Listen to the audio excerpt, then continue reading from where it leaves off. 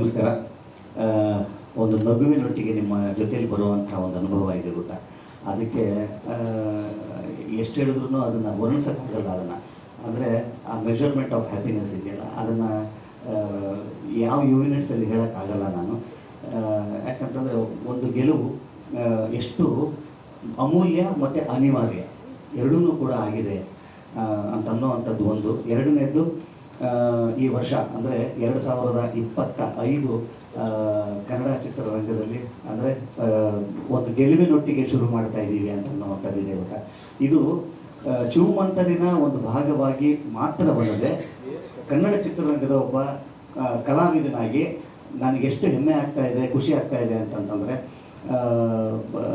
2025 ಒಂದು ಬ್ಯಾಂಗಿನೊಟ್ಟಿಗೆ ಶುರು ಮಾಡುವಂಥದ್ದು, ಒಂದು ಒಳ್ಳೆಯ ವೈಬಿನೊಟ್ಟಿಗೆ ಶುರು ಮಾಡುವಂಥದ್ದು ಇದೆಯಲ್ಲ, ಅದು ನಿಮ್ಗಳಿಗೆ ಸೇರಬೇಕಾದಂಥ ಸಕ್ಸಸ್. ಅದು ನಾನು ಎಷ್ಟು ಕಡೆ ಹೇಳ್ತಾ ಇರ್ತೀನಿ, ಅದು ನಿಜಾನೂ ಕೂಡ. ಯಾಕಂತಂದರೆ ನಮಗೆ ಒಂಚೂರು ಪ್ರಮೋಷನಿನ ವಿಚಾರದಲ್ಲಿ ನಿಮಗೆ ತಲುಪಿಸೋ ಅಂದರೆ ಜನಕ್ಕೆ ತಲುಪಿಸೋವಲ್ಲಿ ನಾವು ಸ್ವಲ್ಪ ಒಂಚೂರು ಸ್ಲೋ ಆಯಿತು.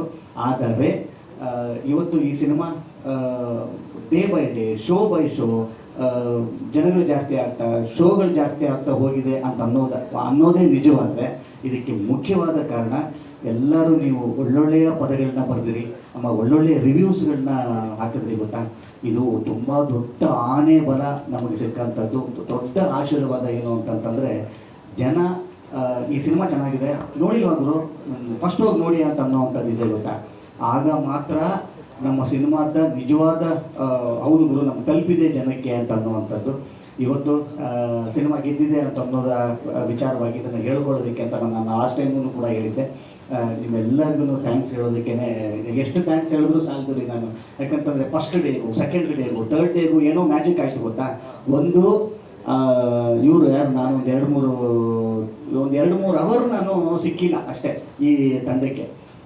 ಆ 2-3 ಅವರ್ ಎಷ್ಟು ಪ್ಯಾನಿಕ್ ಆಗೋಗ್ಬಿಟ್ಟಿತ್ತು ಅಂತಂತಂದರೆ, ಇವರು ಒಂದಿಷ್ಟು ಮೆಸೇಜ್ಗಳು ಕಳಿಸಿದ್ರು ನನಗೆ.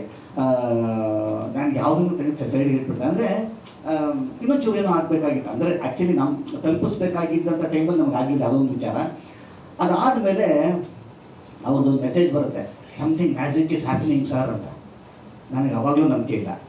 ಅಂದರೆ ಇದೊಂದು ಆಶಾಭಾವನೆ ಇರುತ್ತೆ, ಬಟ್ ನಿಜ ಆಗಲಿ ಅಂತ ಅನ್ನೋವಂಥದ್ದು ನಾನು ಹಂಗೂ ಕಳಿಸಿದ್ದೀನಿ. ಆಮೇಲೆ ಮುಂದಿನ ಯಾವತ್ತೋ ಒಂದು ದಿವಸದಲ್ಲಿ ಅದನ್ನು ಸ್ಕ್ರೀನ್ಶಾಟ್ ಶೇರ್ ಮಾಡ್ತೀನಿ ನಿಮಗೆ.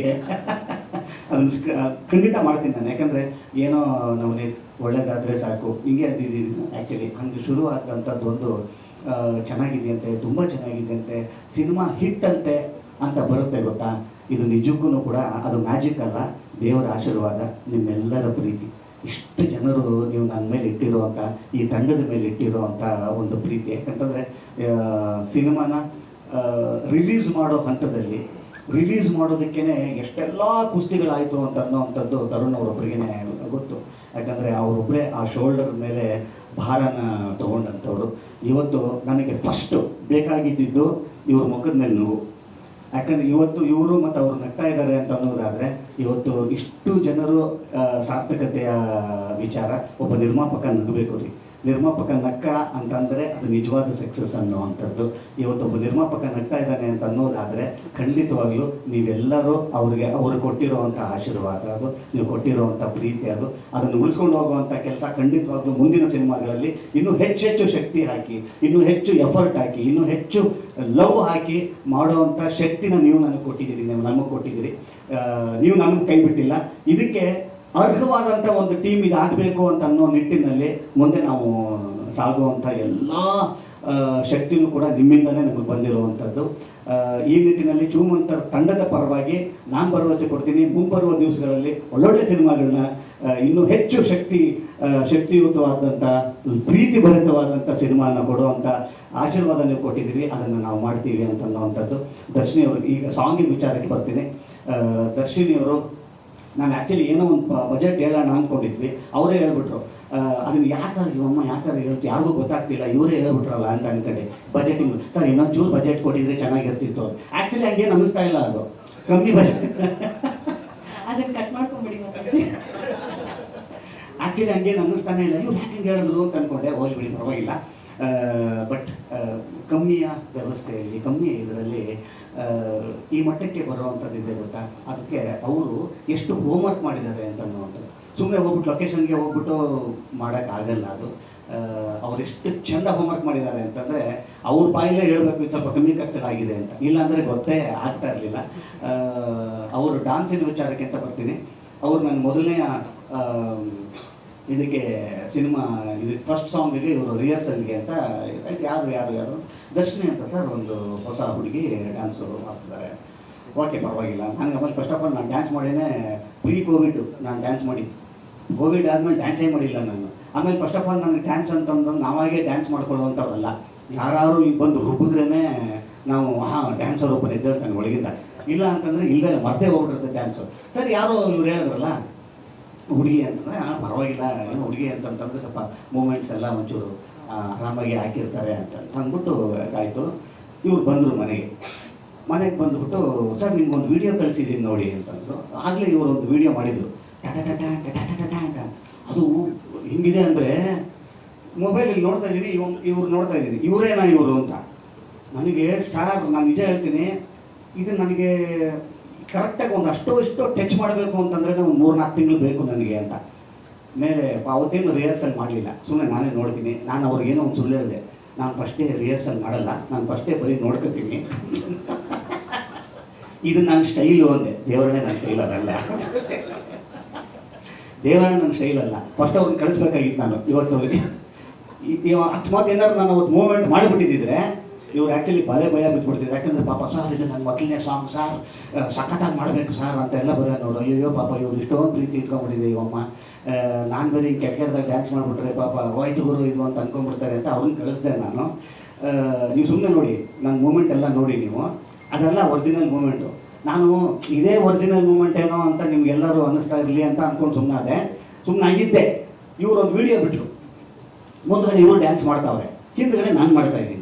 ಅದು ನೀವೇ ಯೂಟ್ಯೂಬಲ್ಲಿ ಹಾಕಿದ್ರಿ ಅಂತ ಕಾಣಿಸುತ್ತೆ. ನಾನು ಸುಮಾರು ಇದರಲ್ಲಿ ಕಮೆಂಟಲ್ಲಿ ನೋಡ್ತಾ ಇದ್ದೀನಿ ನಾನು. ಅದು ಯಾವ್ದು ಆದರ್ಶಿನಿ ಅಂತ ಹಿಂದ್ಗಡೆ ಅದು ಯಾರೊಬ್ರು ಕಮೆಂಟ್, ಫಸ್ಟ್ ಕಮೆಂಟೇ ಕೊರಿಯೋಗ್ರಾಫರ್ ರಾಕ್ಸ್ ಶರಣ್ ಶಾಕ್ಸ್ ಅಂತ.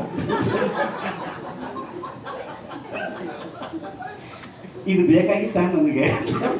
ಅಲ್ಲಿ ತನಕ ಬೆಸ್ಟ್ ಡ್ಯಾನ್ಸರ್ ನಾನು, ಸಾಕಾತು ಡ್ಯಾನ್ಸರ್ ಅಂತಿತ್ತು.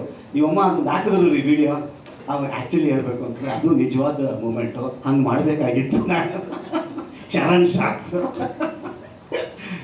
ಭಾಳ ಚೆಂದ, ತುಂಬ ಒಳ್ಳೆಯ ಕನ್ನಡ ಚಿತ್ರರಂಗಕ್ಕೆ ಮುಂಬರುವ ದಿವಸಗಳಲ್ಲಿ ಒಂದು ಅಸೆಟ್ ಆಗುವಂಥ ಕೊರಿಯೋಗ್ರಫರ್ ಇವತ್ತು ಈ ಚಿತ್ರದ ಮುಖಾಂತರ ಬರ್ತಾ ಇದ್ದಾರೆ ಅಂತ ಅನ್ನೋದಾದರೆ, ಚೂಮಂತರ ನೆನೆಸ್ಕೊಳ್ಳಿಕ್ಕೆ ನಾವು ಇನ್ನೂ 10 ವರ್ಷ ನೆನೆಸ್ಕೊಳ್ಳಿಕ್ಕೆ ಹಲವಾರು ಕಾರಣಗಳು. ಏನಕ್ಕೆ ಅಂತಂದರೆ ಈ ಥರದವರೆಲ್ಲ ನಮ್ಮ ಜೊತೆಯಲ್ಲಿ ಇರುವಂಥದ್ದು. ಆಮೇಲೆ ನಮ್ರತಾ ಅವರು ಭಾಳ ಪ್ರೀತಿಯಿಂದ ಒಂದು ಸ್ಪೆಷಲ್ ಅಪೀರಿಯನ್ಸ್ ಅಂದರೂ ತಪ್ಪಾಗಲ್ಲ. ಅವರು ಪ್ರೀತಿಯಿಂದ ಈ ಸಿನಿಮಾದ ಒಂದು ಬಹಳ ಅಮೂಲ್ಯವಾದಂಥ ಒಂದು ಭಾಗ ಆಗಿದ್ದಾರೆ. ತುಂಬ ಥ್ಯಾಂಕ್ಸ್, ನೀವು ನಮ್ಮ ಜೊತೆಯಲ್ಲಿ ಇರೋವಂಥದ್ದು. ಈಗ ನಾನು ನಿಮ್ಮನ್ನು ಕಂಗ್ರ್ಯಾಚುಲೇಟ್ ಮಾಡಲ್ಲ, ಯಾಕೆ ಗೊತ್ತಾ, ಈಗ ನಮ್ಮ ಈ ಭಾಗದವ್ರು, ಯಾಕಂದರೆ you are now a part of this film. ನಾನು ಇವಾಗ ಕಂಗ್ರ್ಯಾಚುಲೇಟ್ ಮಾಡ್ತಾ ನಿಮ್ಮನ್ನು, ನೀವು ನನಗೆ ಕಂಗ್ರ್ಯಾಚುಲೇಟ್ ಮಾಡೋಂಗಿಲ್ಲ. ಮುಂಬರುವ ದಿವಸಗಳಲ್ಲಿ ಅವರ ಪೊಟೆನ್ಷಿಯಲ್ಗೆ, ಅವ್ರಿಗಿರುವಂಥ ಟ್ಯಾಲೆಂಟ್ಗೆ, ಅವರು ಡಿಸರ್ವಿಂಗ್ ಇದಕ್ಕೆ ಖಂಡಿತವಾಗ್ಲೂ ಮುಂಬರುವ ದಿವಸಗಳಲ್ಲಿ ದೊಡ್ಡ ದೊಡ್ಡ ಪಾತ್ರಗಳು ಮಾಡುವಂಥ, ನಾವಿಬ್ಬರ ಜೊತೆಯಲ್ಲಿ ಮಾಡುವಂಥ ಒಂದು ಅವಕಾಶ ನನಗೂ ಸಿಕ್ಕಲಿ ಅಂತ ಹೇಳ್ತೀನಿ.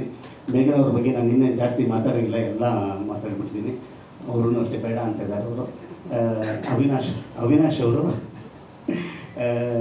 ಖಂಡಿತ ನಾನು ನಿಜಕ್ಕೂ ಹೇಳ್ತೀನಿ, ಅವಿನಾಶ್ ಅವರ ಬತ್ತಳಿಕೆಯಲ್ಲಿ ಎಂತೆಂಥ ಅಸ್ತ್ರಗಳಿದೆ ಅಂತ ಅನ್ನೋವಂಥದ್ದು ಒಬ್ಬ ಮ್ಯೂಸಿಕ್ನವನಾಗಿ ನಾನೇ ಕಾಯ್ತಾ ಇದ್ದೀನಿ.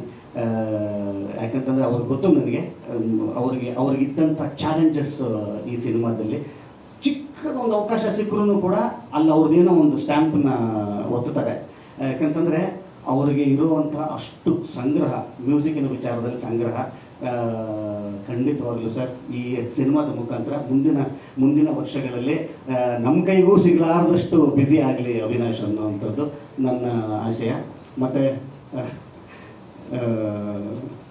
ನವನೀತ್ ಅವ್ರಿಗೆ ಏನು ಹೇಳಿ ನೋಡಿ, ನವನೀತ್ ಅವರು ಎಷ್ಟು ಟ್ವಿಸ್ಟ್ಗಳು ಮತ್ತು ಸಿನಿಮಾದಲ್ಲಿ ಸರ್ಪ್ರೈಸಸ್ ಇಡ್ತಾರೆ ಅಂತಂತಂದರೆ, ಇಲ್ಲಿ ಬಂದಮೇಲೆ ಗೊತ್ತಾಗಿದ್ದು ಈ ಸಾಂಗ್ ರಿಲೀಸ್ ನನಗೆ ಅಂತ.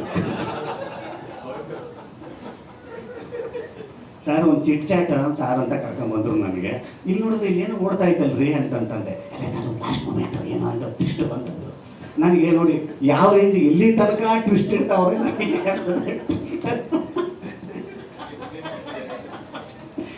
ಗೊತ್ತಿಲ್ಲ ನನಗೆ. ಅವ್ರು ಸ್ಕ್ರಿಪ್ಟಲ್ಲಿ ಮಾತ್ರ ಟ್ವಿಸ್ಟ್ ಅಂದ್ಕೊಂಡೆ. ಭಯಾನಕ ಇದು. ಫಾರ್ ದಿ ಫಸ್ಟ್ ಟೈಮ್ ಬೇರೆ ಡ್ರೆಸ್ಸಲ್ಲಿದ್ದೀನಿ ನಾನು.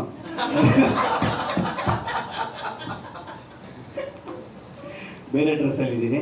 ಅದು ಟ್ವಿಸ್ಟ್ ಅವ್ರಿಗೆ. ಯಾಕಂದರೆ ಇದನ್ನು ಅವ್ರಿಗೆ ಹೇಳೋಕ್ಕೆ ಬಿಟ್ಟಿಲ್ಲ ನಾನು. ಸರ್ ಅದೇ ಆ ಚೂಮಂತಾರೆ ಟಿ ಶರ್ಟು ಅಂತಾರೆ ಅಂದ್ಬಿಟ್ಟು ಯಾಕೋ ಮೈ ಸರಿಲ್ಲ ನಾವು ಅದು ಅಂತ ಹಂಗೆ ಇಟ್ಟಿದ್ದೀವಿ. ನವನೀತ್ ಅವರು ಮಲ್ಟಿ ಟ್ಯಾಲೆಂಟ್ ಅಂತಂದರೆ ತಪ್ಪಾಗಲ್ಲ. ಇವತ್ತು ಇನ್ನೊಂದು ಟ್ಯಾಲೆಂಟ್ ಅವ್ರದ್ದು ಗೊತ್ತಾಗಿದ್ದು ನನಗೇನು ಅಂತಂದರೆ, ಈ ಸಿನಿಮಾದಲ್ಲಿ ಅವ್ರು ಹಾಡಾಡಿದ್ದಾರೆ ಅಂತ. ನನಗೆ ಯಾವ್ಯಾವ ವಿಚಾರಕ್ಕೆ ನನ್ನ ಹೊಟ್ಟೆ ಮೇಲೆ ಕಲ್ಲಾಗ್ತದೆ ಅಂತ ಗೊತ್ತಿಲ್ಲ. ನನಗೆ ಅಷ್ಟೋ ಅಲ್ಲಿ ಇಲ್ಲಿ ಆಡ್ಕೊಂಡೇನೋ ಇದ್ದೆ. ನಾನೇ ಆಡಿದ್ದೀನಿ ಸಾರ್ ಅಂತಾರೆ. ನಿಜ ಹೇಳ್ತೀನಿ, ತಮಾಷೆಗೆ ಹೇಳ್ತೀನಿ ಕೇಳಿ. ನಾವು ಯೂಶಲಿ ಒಂದು ಅಗ್ರಿಮೆಂಟಲ್ಲಿ ನಮ್ದು ಏನಿರುತ್ತೆ ಅಂತಂದರೆ, ಅಂದರೆ ಪೇಮೆಂಟಿನ ವಿಚಾರಕ್ಕೆ, ಅಂದರೆ ರೆಗ್ಯುಲರ್ ಇದರಲ್ಲಿ ಪೇಮೆಂಟಿನ ವಿಚಾರಕ್ಕೆ ಏನಿರುತ್ತೆ ಅಂದರೆ, ಡಬ್ಬಿಂಗ್ ಟೈಮಲ್ಲಿ ಡಬ್ಬಿಂಗಿಂತ ಮುಂಚೆ ಒಂದು ಪೇಮೆಂಟ್ ಇರುತ್ತೆ ಅಂತ. ಇವ್ರು ಇದಾರಲ್ಲ, ಎಲ್ಲರ ವಾಯ್ಸು ಅವರೇ ಮಾತಾಡ್ತಾರೆ. ಎಲ್ಲರ ವಾಯ್ಸು ಅವರೇ ಮಾತಾಡಿದ್ದಾರೆ. ಇನ್ನೂ ಈ ಪಿಕ್ಚರಲ್ಲಿ ಯಾರ್ಯಾರು ವಾಯ್ಸ್ ಮಾತಾಡಿದ್ದಾರೆ ಅಂತ ಅನ್ನೋಂಥದ್ದು ನಾನು ನಿಧಾನಕ್ಕೆ ಆಮೇಲೆ ಹೇಳ್ತೀನಿ. ಅದಕ್ಕೆ ನಾನೇ ಅಂದ್ಕೊಂಡೆ, ಸರ್ ಇನ್ಮೇಲೆ ಅಗ್ರಿಮೆಂಟು ಡಬ್ಬಿಂಗಿಗಲ್ಲ, ಶೂಟಿಂಗ್ ಟೈಮಿಗೆ ಮುಗಿಬೇಕು. ಇವ್ರ ಟ್ಯಾಲೆಂಟು ನನ್ನನ್ನು ಭಾಳ ಜಾಗೃತವಾಗಿ ಮಾಡಿರೋವಂಥದ್ದು. ನನಗೂ ನನ್ನ ವಾಯ್ಸನ್ನು ಅವರೇ ಮಾತಾಡೋದು. ಅಂದರೆ ಫೈನಲ್ ಅಲ್ಲ, ಅದು ಡಬ್ಬಿಂಗಿನ ಹಂತದಲ್ಲಿ ನಾನು ಡಬ್ಬಿಂಗ್ ಮಾಡೋ ಟೈಮಲ್ಲಿ ಇದು ನನ್ನ ಥರನೇ ಇದೆಲ್ಲಪ್ಪ, ಸೇಮ್ ಇದು ನನ್ನ ಇಂಟೋನೇಷನ್ನು, ನಂದು ಟೂನು ಎಲ್ಲ ನಂದೇ ಇದೆ. ಹೆಚ್ಚು ಕಮ್ಮಿ ಒಂದು 40-50% ಎ ಐ ಮಾಡೋದು ಸರ್. ಅಂದರೆ ಲೈಕ್ ಟೆಕ್ನಾಲಜಿ ಅದರಿಂದ ನೀವಿದ್ದೀರ ಫೀಲ್ ಇರಲಿ ಅಂತ. ಎ ಐ ನೀವು ಅಲ್ಲ. ಆ್ಯಕ್ಚುಲಿ ಏನು ಗೊತ್ತಾ, ನೀವು ಫ್ಲ್ಯಾಟಾಗಿ ಮಾತಾಡಿದ್ರೆ ಬರೋಲ್ಲ. ನೀವು ಒಂಚೂರು ಆ ಇಂಟೋನೇಷನ್ಸ್ ಎಲ್ಲ. ಸೊ ಒಳ್ಳೇದಾಗಲಿ. ಅವರ ಇನ್ನೊಂದಿಷ್ಟು ಟ್ಯಾಲೆಂಟು ಹೊರಗಡೆ ಬರಲಿ. ಏನಂತಂದರೆ, such wonderful person to work.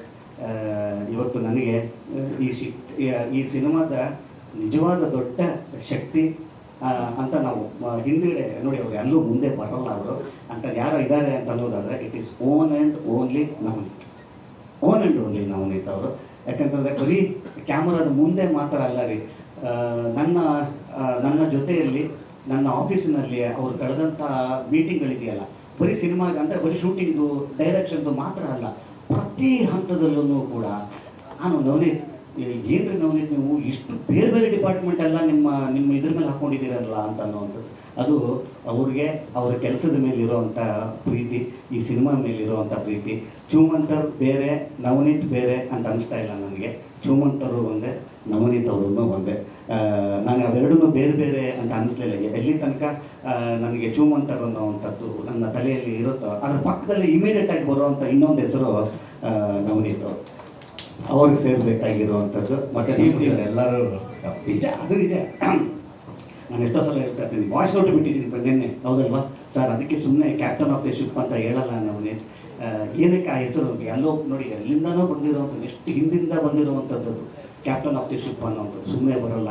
ಆ ಜವಾಬ್ದಾರಿ ತಗೊಳ್ಳೋವಂಥ ಶಕ್ತಿ ಆ ಶೋಲ್ಡರ್ಸ್ ಮೇಲೆ ಇದ್ದಿದ್ದಕ್ಕೇ ಆ ಥರದ್ದೊಂದು ಹೆಸರು ಬಂದಿರುತ್ತೆ. ಸೊ ಆ ಒಂದು ಕ್ಯಾಪನ್ನು ಭಾಳ ಚಂದವಾಗಿರುವಂಥ, ಶಕ್ತಿಯುತವಾಗಿರುವಂಥ ಒಂದು ನಿರ್ದೇಶಕರಿಗೆ ಸಿಕ್ಕಿದೆ ಅಂತ ಅನ್ನುವಂಥದ್ದು ನಮ್ಮ ಇಡೀ ಕನ್ನಡ ಚಿತ್ರರಂಗಕ್ಕೆ